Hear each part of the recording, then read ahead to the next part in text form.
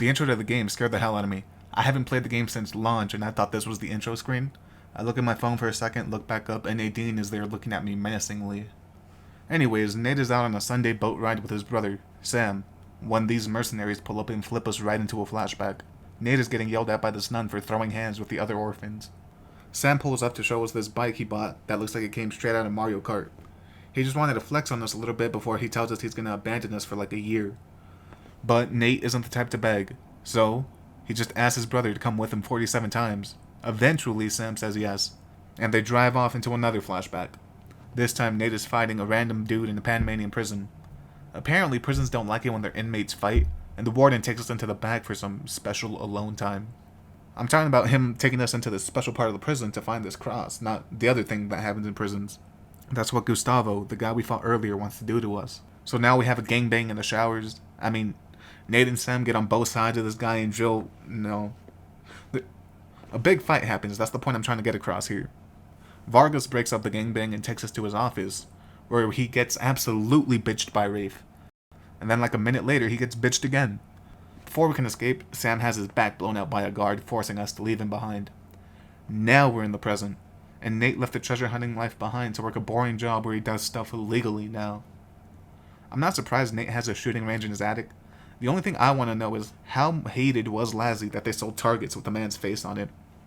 We go downstairs to eat dinner with Elena, and finally they didn't break up in between games.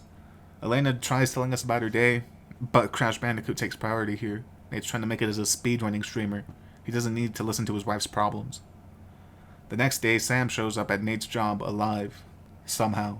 He asks us about what he's missed since he's been locked up, so we tell him about this bad bitch named Chloe we fumbled 2 games ago.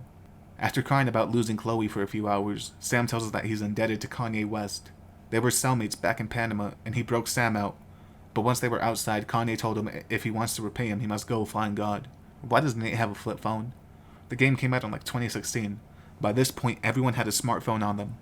Hell, Sully is walking around with an iPhone later on in the game when you meet up with him. But Nate's still out here carrying a Nokia? I'm getting off track. Sam says he needs us to save him from Kanye, so we lie to our wife and head to Italy. We meet up with Sully, and after sexually harassing a waiter by staring at his ass, we get a key card. Sully starts hitting on a girl named Nadine, who owns a military big enough to free a small country. Sam steals a waiter's fit, and Nadine is working for Rafe, who's trying to buy the cross that Sam steals. As we're heading out, Nadine wants to throw hands. Well, in her case, feet, because I'm 99% sure that this part was designed by a dev who had a foot fetish. There was no need for all these angles of her feet.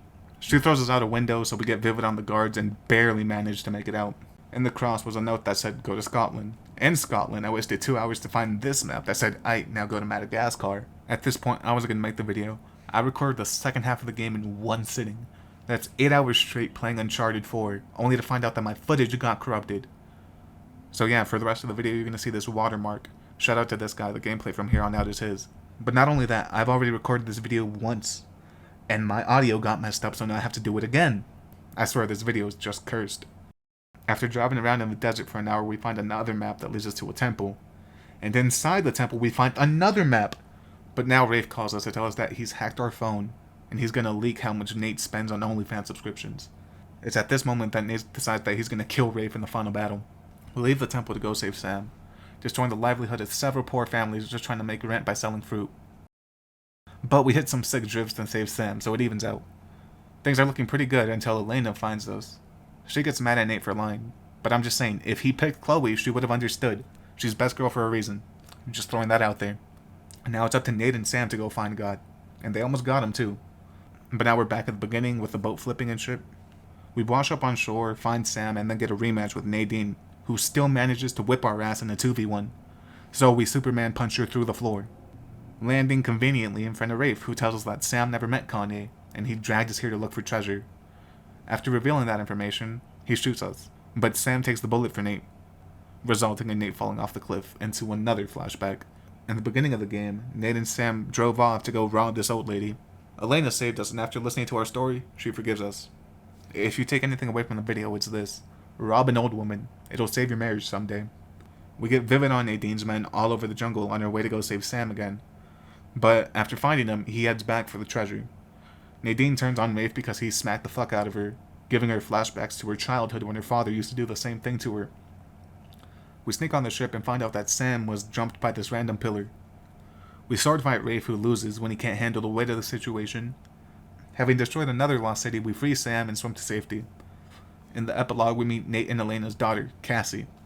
There's no way Cassie doesn't grow up to be like a serial killer or something like that, because her parents have some of the highest body counts in the Uncharted universe. Like, the epilogue ends with them going on a boat ride. And I could just picture Nate looking to Cassie and saying some shit like, "Now remember, Cass, murder is wrong.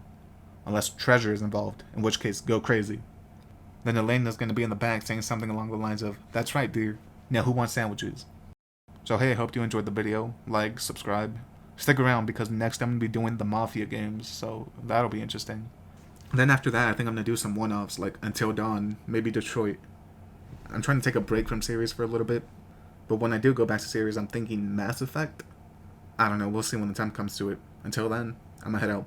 Later.